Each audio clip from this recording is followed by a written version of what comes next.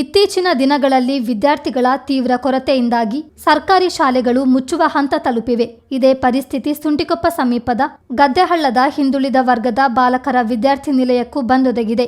ಎಲ್ಲ ಸೌಲಭ್ಯಗಳಿದ್ದರೂ ಮಕ್ಕಳ ಕೊರತೆಯಿಂದಾಗಿ ಹಾಸ್ಟೆಲ್ ಬಂದ್ ಆಗುವ ಸ್ಥಿತಿ ತಲುಪಿದೆ. ಒಂದು ಕಾಲದಲ್ಲಿ ವಿದ್ಯಾರ್ಥಿಗಳಿಂದ ತುಂಬಿ ತುಳುಕುತ್ತಿದ್ದ ಈ ಹಾಸ್ಟೆಲ್ಗೆ ಈ ವರ್ಷದಲ್ಲಿ ಮಕ್ಕಳ ಪ್ರವೇಶಾತಿ ಕ್ಷೀಣವಾಗಿದೆ. 1980ರ ಸುಮಾರಿಗೆ ಖಾಸಗಿ ಕಟ್ಟಡದಲ್ಲಿ ಆರಂಭವಾದ ಹಾಸ್ಟೆಲ್ ಸುಂಟಿಕೊಪ್ಪ ಮಾತ್ರವಲ್ಲದೆ ಸುತ್ತಮುತ್ತಲಿನ ಹಾಗೂ ದೂರದ ಊರುಗಳ ವಿದ್ಯಾರ್ಥಿಗಳಿಗೆ ಆಸರೆಯಾಗಿತ್ತು. ಪಟ್ಟೆಮನೆ ಕುಟುಂಬಸ್ಥರು ನೀಡಿದ ಜಾಗದಲ್ಲಿ ಹೊಸ ಕಟ್ಟಡ ನಿರ್ಮಿಸಲಾಯಿತು. ವರ್ಷಗಳು ಉರುಳಿದಂತೆ ಇದೇ ವ್ಯಾಪ್ತಿಯಲ್ಲಿ ಏಕಲವ್ಯ, ಮುರಾರ್ಜಿ ದೇಸಾಯಿ ವಸತಿ ಶಾಲೆಗಳು ಆರಂಭವಾಗಿ ಬಿಸಿಎಂ ಹಾಸ್ಟೆಲ್ಗೆ ವಿದ್ಯಾರ್ಥಿಗಳ ಪ್ರವೇಶ ಕುಂಠಿತವಾಗತೊಡಗಿತು. ಮಕ್ಕಳನ್ನು ಸೇರಿಸಲು ಪೋಷಕರು ಹಿಂದೇಟು ಹಾಕಿದ್ರು. ಸಿಬ್ಬಂದಿಗಳು ಮನೆ ಮನೆಗೆ ತೆರಳಿ ಪೋಷಕರ ಮನವೊಲಿಸಿ ಹಾಸ್ಟೆಲ್ಗೆ ಸೇರುವಂತೆ ಮನವಿ ಮಾಡಿದರು. ಆದರೆ ಫಲಿತಾಂಶ ಮಾತ್ರ ಶೂನ್ಯ. ಇಲ್ಲಿ ಮೊದಲು ಒಂದು 10 ವರ್ಷದ ಹಿಂದೆ ಭಾರಿ ವಿದ್ಯಾರ್ಥಿ, ಒಂದು 10-15 ವರ್ಷದಿಂದ ಇಲ್ಲಿ ಭಾರಿ ವಿದ್ಯಾರ್ಥಿಗಳು ಆ ವಿದ್ಯಾರ್ಥಿಗಳಿಗೆ ಸೇರ್ಪಡೆ ಆಗ್ತಿದ್ರು. ಇವಾಗ ಏನು ಅಂತ ಹೇಳಿದರೆ ಈ ಏಕಲವ್ಯ, ಅಟಲ್ ಬಿಹಾರಿ ವಾಜಪೇಯಿ, ಮುರಾರ್ಜಿ ಸ್ಕೂಲು ಈ ಥರ ವಸತಿ ಶಾಲೆ ಬಂದಿರುವುದರಿಂದ ಈ ವಿದ್ಯಾರ್ಥಿ ನಿಲಯಕ್ಕೆ ಈಗ ಇತ್ತೀಚೆಗೆ ಒಂದು 3-4-5-6 ವರ್ಷದಿಂದ ಸಂಖ್ಯೆ ಬಲ ಭಾರಿ ಕಮ್ಮಿ ಆಗ್ತಿದೆ. ಈ ವಿದ್ಯಾರ್ಥಿ ನಿಲಯವು 25 ಮೊದಲು 50 ಮಕ್ಕಳ ಸಂಖ್ಯೆ ಆಗಿತ್ತು. ಈಗ ಒಂದು 4-5 ವರ್ಷದಿಂದ ಮಕ್ಕಳ ಸಂಖ್ಯೆ ಆಗಿದ್ದು ಸರ್ಕಾರವು 25 ಮಕ್ಕಳ ಸಂಖ್ಯೆಗೆ ಈ ವಿದ್ಯಾರ್ಥಿ ನಿಲಯವನ್ನು ಇಳಿಸಿರುತ್ತದೆ. ಆದರೂ ಇವಾಗ ಈ ವಿದ್ಯಾರ್ಥಿ ನಿಲಯಕ್ಕೆ ಕೆಲವು 2 ವರ್ಷಗಳ 3 ವರ್ಷಗಳಿಂದ ವಿದ್ಯಾರ್ಥಿಗಳ ಸಂಖ್ಯೆ ಭಾರಿ ಕಮ್ಮಿಯಾಗಿದ್ದು 10-12ಕ್ಕೆ ಇಳಿದು ಈಗ 5-6 ಮಕ್ಕಳ ಸಂಖ್ಯೆಗೆ ಬಂದಿರುತ್ತದೆ. ಈ ವಿದ್ಯಾರ್ಥಿ ನಿಲಯ ಎಲ್ಲ ವ್ಯವಸ್ಥೆ ಇದ್ದು ಸೋಲಾರು, ಗೀಜಾರು, ಊಟದ ಪ್ರತಿ ಮೆನು ಚಾರ್ಟ್ ಪ್ರಕಾರ ಪ್ರತಿಯೊಂದು ಊಟ ಉಪಚಾರ ಮೆನು ಚಾರ್ಟ್ ಪ್ರಕಾರ ಕೊಡ್ತಿದ್ದರು. ಯಾವ ಪೋಷಕರು ವಿದ್ಯಾರ್ಥಿ ನಿಲಯಕ್ಕೆ ಒಂದು 2-3 ವರ್ಷದಿಂದ ವಿದ್ಯಾರ್ಥಿಗಳ ಸೇರಿಸಲಿಕ್ಕೆ ಯಾರೂ ಸಫಲ ಮಾಡಲಿಕ್ಕೆ ಮನೆ ಮನೆಗೆ ಹೋಗಿ ಕೂಡ ಕರೆದರು ಮತ್ತು ಶಾಲೆಗೆ ಹೋಗಿದ್ರೆ ಯಾರೂ ವಿದ್ಯಾರ್ಥಿಗಳ ಪೋಷಕರು ವಿದ್ಯಾರ್ಥಿ ನಿಲಯಕ್ಕೆ ಸೇರಿಸಲಿಕ್ಕೆ ಬರುವುದಿಲ್ಲ. ಅದರಿಂದ ದಯವಿಟ್ಟು ಈ ವಿದ್ಯಾರ್ಥಿ ನಿಲಯಕ್ಕೆ ಪೋಷಕರು ಆದಷ್ಟು ಸಂಖ್ಯೆಯಲ್ಲಿ ಇನ್ನು ಮುಂದೆ ಆದರೂ ಒಂದು ಸೇರಲಿಕ್ಕೆ ಒಂದು ಅವಕಾಶ ಮಾಡಿಕೊಡ್ತೀನಿ ಅಂತೇಳಿ ತಮ್ಮಲ್ಲಿ ಕೇಳ್ಕೊಳ್ತೇವೆ. ಸುಸಜ್ಜಿತವಾದ ಕಟ್ಟಡದಲ್ಲಿರುವ ಹಾಸ್ಟೆಲ್ನಲ್ಲಿ ಓದುವ, ಮಲಗುವ, ಊಟದ ಕೊಠಡಿಗಳು ಸುಸಜ್ಜಿತವಾಗಿವೆ. ಸ್ನಾನಕ್ಕೆ ಸೋಲಾರ್ ಬಿಸಿ ನೀರಿನ ವ್ಯವಸ್ಥೆ, ಕುಡಿಯುವ ನೀರು ಹಾಗೂ ಶೌಚಾಲಯ ಸೌಕರ್ಯವಿದೆ. ವಾಹನ ದಟ್ಟಣೆ, ಜನಸಂದಣಿಯ ಕಿರಿಕಿರಿಯಿಂದ ದೂರವಾಗಿರುವ ಹಾಸ್ಟೆಲ್ನಲ್ಲಿ ಕಲಿಕೆಗೆ ಪ್ರಶಾಂತ ವಾತಾವರಣವಿದೆ. ಉಚಿತ ಊಟ, ವಸತಿ ಸೇರಿದಂತೆ ವಿದ್ಯಾರ್ಜನೆಗೆ ಸರ್ಕಾರದ ಎಲ್ಲಾ ಸವಲತ್ತುಗಳಿವೆ. ಆದರೆ ಇದರ ಪ್ರಯೋಜನ ಪಡೆಯಲು ಇಲ್ಲಿ ವಿದ್ಯಾರ್ಥಿಗಳೇ ಇಲ್ಲ.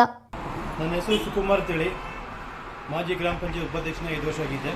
ಮಾಜಿ ಅಧ್ಯಕ್ಷನಾಗಿ ಹಲವಾರು ಸಂಘ ದುಡಿದಿದ್ದೆ. ಈ ವಿದ್ಯಾರ್ಥಿ ನಿಲಯವನ್ನು ಮುಚ್ಚತಕ್ಕಂಥದ್ದು ಸರಿ ಬರೀ ಸುಳ್ಳು. ಅದು ಯಾಕಂತ ಹೇಳಿದ್ರೆ ಆ ವಿದ್ಯಾರ್ಥಿ ನಿಲಯ ಸುಂಟಿಕೊಪ್ಪದಲ್ಲಿ ಆಗಿರೋದೇ ಒಂದು ಪುಣ್ಯ. ಅದು ಸರ್ಕಾರದಿಂದ ಬೇಕಾದಷ್ಟು ಅನುದಾನ ಸಿಕ್ಕಿದೆ. ಸೋಲಾರ್ ವ್ಯವಸ್ಥೆಗಳು, ಮಕ್ಕಳಿಗೆ ಪ್ರತಿದಿನ ಏನು ವ್ಯವಸ್ಥೆ ಮನೆಯಲ್ಲಿ ಇರತಕ್ಕಂಥ ವ್ಯವಸ್ಥೆಗಳು, ಅಕ್ಕಿ ಅನ್ನ ಆಗಿರ್ಬೋದು, ಉಪ್ಪಿಟ್ಟಾಗಿರ್ಬೋದು, ಬ್ರೇಕ್ಫಾಸ್ಟ್ ಆಗಿರ್ಬೋದು, ಸೋಪ್ ಆಗಿರ್ಬೋದು, ವ್ಯವಸ್ಥೆಯನ್ನು ಕೊಟ್ಟು ಒಳ್ಳೆ ರೀತಿಯಲ್ಲಿ ನಡೆಸಿಕೊಂಡು ಹೋಗತಕ್ಕಂಥ ಹಾಸ್ಟೆಲ್. ಈ ಹಾಸ್ಟೆಲ್ನಲ್ಲಿ 25 ವರ್ಷದ ನಾನು ಸೇವೆ ಮಾಡ್ತಿದ್ದೆ. ಕಳೆದ ಒಂದು 5 ವರ್ಷದಲ್ಲಿ ನಾನು ಪಂಚಾಯತ್ ರೀತಿಯಿಲ್ಲ ಸ್ವಲ್ಪ ಬೇರೆ ವಿಷಯದಲ್ಲಿ ನಾನು ಕೈ ಹಾಕಿದ್ದೆ. ಅಂತೂ ನಾನು ಹಾಸ್ಟೆಲಿಗೆ ಹೋಗಿ ವ್ಯವಸ್ಥೆಗಳನ್ನು ನೋಡ್ತಾ ಇದ್ದೆ. ಇತ್ತೀಚಿನ ದಿನಗಳಲ್ಲಿ ಮುಚ್ಚತಕ್ಕಂಥದ್ದು ಒಂದು ಶಾಲೆಯಲ್ಲಿ LKG ಓಪನ್ ಮಾಡತಕ್ಕಂಥ ಸಂದರ್ಭ ಬಂದಾಗ ಶಾಸಕರು ತುಂಬ ಜನ ಕೊಟ್ಟರು ಅದು ಶಾಲೆಗೆ ವಹಿಸ್ಕೊಡಿ ಅಂತ. ಆವಾಗ ನಾನು ಹೇಳೋ ಶಾಲೆಗೆ ವಹಿಸ್ಕೊಡಿ, ಬಟ್ ಅದು ಅಲ್ಪಸಂಖ್ಯಾತರ ಹಿಂದುಳಿದ ವರದಿ ಇಲಾಖೆ ಆದ ಕಾರಣ ಅದನ್ನು ಅಷ್ಟು ಬೇಗ ವಹಿಸ್ಕೊಳ್ತೀನಿ ಆಯ್ಕೆ ಅಂತ ಹೇಳೋಂಥ ಉದ್ದೇಶ ಇಟ್ಟು ಮುಂದಿನ ದಿನಗಳಲ್ಲಿ ಅಲ್ಲಿ ಆ ಹಾಸ್ಟೆಲ್ ವಾರ್ಡನಿಗೆ ಹೇಳಿದೆ ಎಲ್ಲ ಶಾಲೆಗಳಿಗೆ ವಿಸಿಟ್ ಕೊಡಬೇಕು ಅಂತ ಹೇಳಿದ ಸಂದರ್ಭದಲ್ಲಿ ಎಲ್ಲ ಶಾಲೆಗೆ ಹೋಗಿ ವಿಸಿಟ್ ಕೊಟ್ಟು ಅಲ್ಲಿಯ ಸುಂಟಿಕೊಪ್ಪ ಪ್ರಾಥಮಿಕ ಶಾಲೆಗೆ ಮತ್ತು ಪ್ರೌಢಶಾಲೆಗೆ ಭೇಟಿ ಕೊಟ್ಟು ಮತ್ತು ಕೊಡಗಳಿ ಶಾಲೆಗೆ ಭೇಟಿ ಕೊಟ್ಟಾಗ 18ರಿಂದ 20 ಮಕ್ಕಳು ಸೇರ್ಪಡೆ ಆಗತಕ್ಕಂಥ ವ್ಯವಸ್ಥೆ ಇದೆ.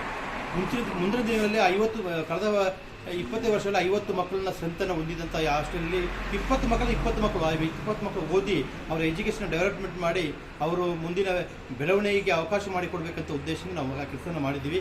ಯಾವುದೇ ಕಾರಣಕ್ಕೂ ಇದನ್ನು ಮುಚ್ಚತಕ್ಕಂಥ ವ್ಯವಸ್ಥೆ ಆಗೋದಿಲ್ಲ.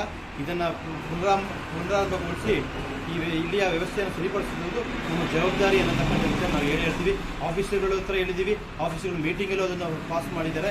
ಈ ಮುಂದಿನ ಒಂದು ಜುಲೈ ತಿಂಗಳಲ್ಲಿ ಒಂದು 15-20ರೊಳಗೆ ಅದನ್ನು ಓಪನ್ ಮಾಡೋಕ್ಕೆ ಕೆಲಸ ಮಾಡೇ ಮಾಡ್ತೀವಿ. ಪೋಷಕರು ತಮ್ಮ ಮಕ್ಕಳನ್ನು ಹಾಸ್ಟೆಲ್ಗೆ ಸೇರಿಸಲು ಹಿಂದೆಟ್ಟು ಹಾಕುತ್ತಿರೋದ್ರಿಂದ ಶೈಕ್ಷಣಿಕ ವರ್ಷ ಆರಂಭವಾಗಿ ತಿಂಗಳೇ ಕಳೆಯುತ್ತಿದ್ದರೂ ವಿದ್ಯಾರ್ಥಿಗಳು ದಾಖಲಾಗಿಲ್ಲ. ಪರಿಸ್ಥಿತಿ ಇದೇ ರೀತಿ ಮುಂದುವರೆದರೆ ಹಾಸ್ಟೆಲ್ ಶಾಶ್ವತವಾಗಿ ಮುಚ್ಚುವುದು ಅನಿವಾರ್ಯ ಎಂಬ ಪರಿಸ್ಥಿತಿ ಇದೆ.